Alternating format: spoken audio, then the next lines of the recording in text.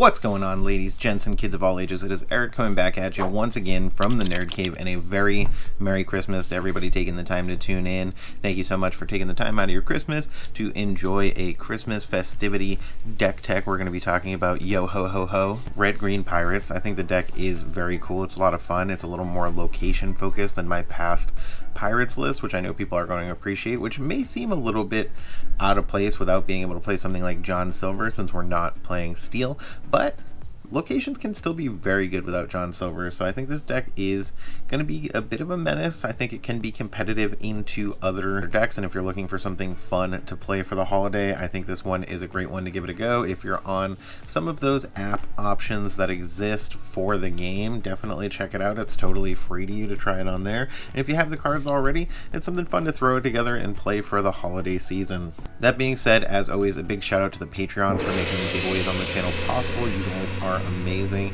We do want to do a special giveaway for Christmas, so I may go ahead and run a giveaway for a couple Ruby and Emerald cards that we talked about in the last video. So if you haven't seen that video, definitely check it out. May give some of those away. If that's something you guys are interested in, drop a comment below and maybe that's where I'll choose the winner. But without any further ado, let's go ahead and talk about today's deck list: Ruby Emerald Pirates. Yo ho ho ho. So the first card we're going to talk about actually isn't a pirate. It is going to be, like I mentioned, we're a little more location focused with this deck. So we are on 3 Taffeta Mutton Fudge, a 1-cost inkable 1/2 character, questing for 1, bit of a villain in the Wreck-It Ralph movie, but a great character in Disney Lorcana. When you play this character, if you have a location in play, which is very likely, each opponent is going to lose 1 lore, so it's great to sap that lore, especially with how fast the game has become in the current meta. Next up, a card I think should just exist in a lot of Ruby decks, especially if you're playing some captains, and that is going to be Moana, Self-Taught Sailor, a 1-cost inkable 3/2 stat line. Can't challenge unless you control a captain, but it can quest, and 3/2 is a bit of an aggressive threat to the board. It's going to trade with a lot of things that made you decide to challenge into it, so I think Moana Self-Taught Sailor is getting underutilized in some instances. Next up in the 1-cost slot, and you know I love my pirates and birds, and that is going to be 3 Diablo Maleficent Spy, a 1-cost inkable 1/2 stat line. When you play this character, you may look at your opponent's hand. Fantastic before the turn that you play something like Ursula, or just good to have a good idea of what your opponent's play line is going to be so you can make the best possible decisions with your turns. He is questing for 1. Next up, a card that was like a 1 of or 2 of in previous sets, and I think during this set's meta, it has become a 3 or a 4 of in a lot of Emerald decks, and that is going to be Hidden Cove Tranquil Haven, a 1-cost inkable 1 to move there, 6 willpower, and characters here get +1/+1, which is just crazy. You can keep stuff out of the range of Brawl, you can keep some of your characters out of the range of things like Madame Medusa, and it just makes things more of a menace. It makes Calhoun really gross. Hidden Cove is very good, especially for a 1-cost location. Next up, we are on 3 Training Grounds, a location you don't see too often. It is going to be a 1-cost inkable location, 1 to move in, 5 willpower this time. Still not gaining you any lore like Hidden Cove, but it is pay 1, chosen character gets +1 this turn. It is worth noting this deck isn't always drawing a ton of cards, so being able to take advantage of that ink during your turns is huge, and this is not limited. You're not having to exert something to do this, so you can pay 1 any number of times. So if you have 6 ink in play, you can give something +6 strength, which makes your attackers pretty gross. Last up in the 1-cost slot, we are on 4 Jolly Roger, absolutely necessary to Pirates as far as I'm concerned. Playing Ruby, Jolly Roger should be in the deck. It is a 1-cost uninkable 2 to move in, 5 willpower. However, if it's a pirate character, they're going to be able to move in here for free, and any character here is going to gain Rush. Being able to give all your guys Rush can be really ridiculous, and 5 willpower isn't so bad. Next up, jumping over to the 2-cost slot, we're on 2 Kakamora Pirate Pitcher, a 2-cost inkable 1/3 stat line, questing for 1. Fantastic ability. When you play this character, chosen pirate character gains evasive until the start of your next turn. So if you just want to protect something so it can be able to quest safely, or if you want to be able to take out one of those evasive threats with one of your attackers, you can do that with this card. Very versatile card. Next up, we are on 3 Ursula Deceiver, a 2-cost inkable 1/3 stat line, questing for 1. When you play this character, chosen opponent reveals their hand and discards a song card of your choice. Fantastic follow-up to the turn 1 Diablo. Go ahead and make them discard one of those songs you saw if they had a song that was important, or it's great a little bit later in the game to get rid of things like Be Prepared the turn they are going to be relevant to your opponent. In the Be Prepared matchup, I don't think you play Ursula turn 2. I think you save her and give your opponent as many turns as possible to draw Be Prepared. Last up in the 2-cost slot, we are on 2 Skull Rock Isolated Fortress, a 2-cost inkable, 1 to move in, 6 willpower. Characters get +1 while we're here. As we mentioned with Hidden Cove, giving your characters plus strength definitely isn't irrelevant in this meta. Brawl has come back in a big way with Genie being such a menace in Amethyst. And at the start of your turn, if you have a pirate character here, this location is going to start gaining you lore, which is great, and you are very likely to have a pirate character here. Next up, jumping over to the 3-cost slot, we're on 2 Minnie Mouse Pirate Lookout, a 3-cost uninkable 3/2 stat line, questing for 1. She is a pirate, as we mentioned, and has the ability once during your turn, whenever a card is put into your inkwell, which you're only going to be doing once a turn with this deck anyway, you may return a location card from your discard to your hand. So if you need to get one of those important locations back in a certain situation, you can do that with Minnie Mouse. And 3/2 stat line, solid. Next up in the 3-cost slot, we are on 3 Donald Duck First Mate, a 3-cost uninkable 2/3 stat line, questing for 1. However, if you have a captain character in play, which is entirely possible with this deck, this character is going to get +2 lore.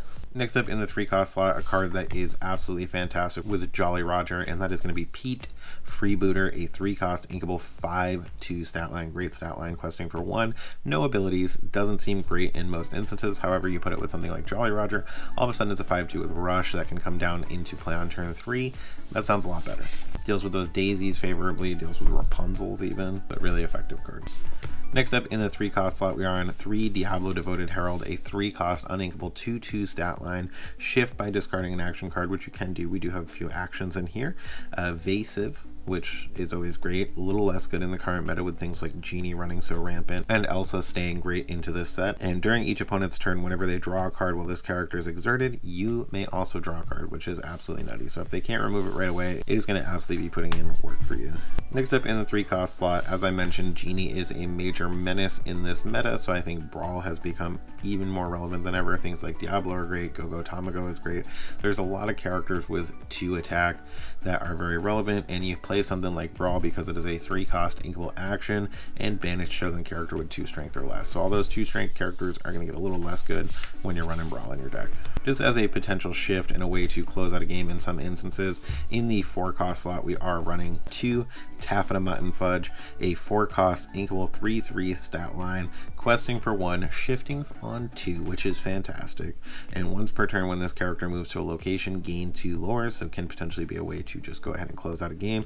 You can still quest with her, she doesn't have to exert to do that, so you can be potentially getting 3 lore out of this character. Next up, one of the best captains in the game right now, definitely the best captain in Emerald, is going to be 4 Daisy Duck Pirate Captain, a 4-cost inkable 3/3 stat line, questing for 2.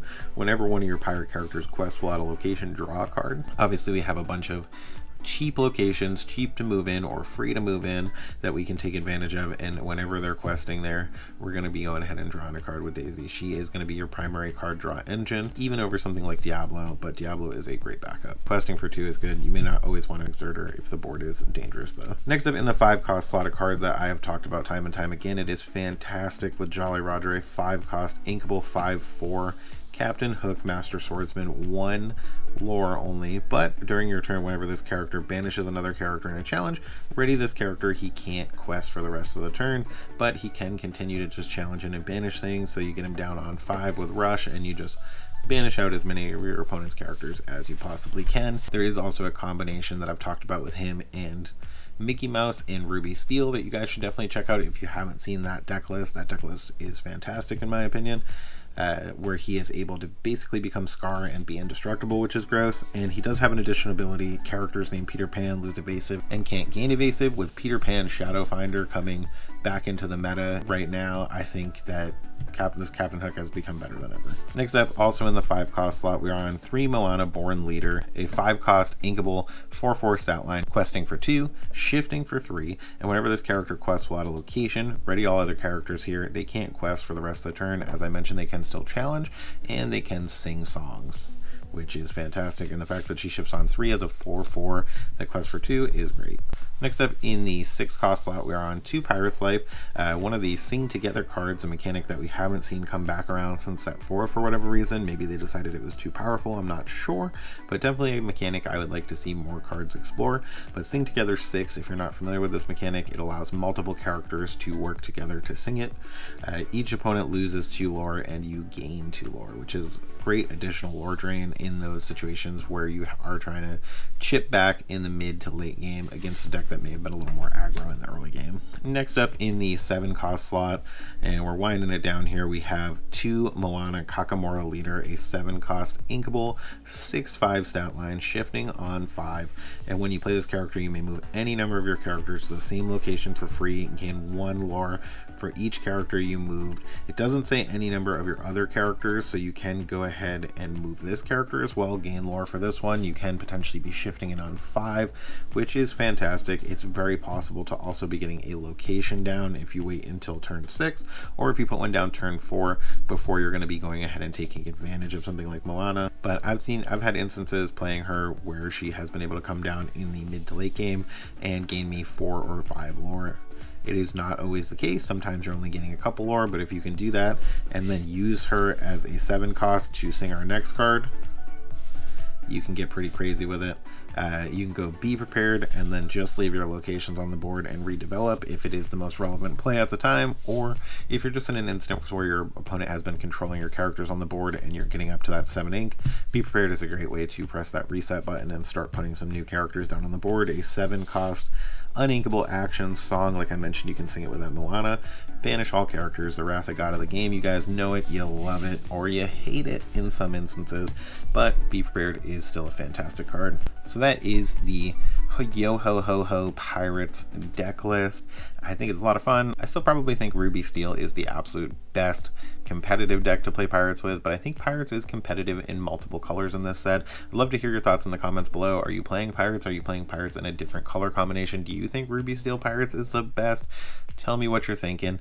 Thank you guys so much, as always, for sticking around to the end. Remember to like if you're feeling generous, and comment if you have some thoughts on what we're talking about here. And if you haven't subscribed yet, now's a great time to do so. Thank you guys so much. A big Merry Christmas to all of you. Happy holidays. And when you see those toys, video games, and Pete freebooters bashing your opponent's characters off in the distance, remember, it is not a mirage. You guys have a great day.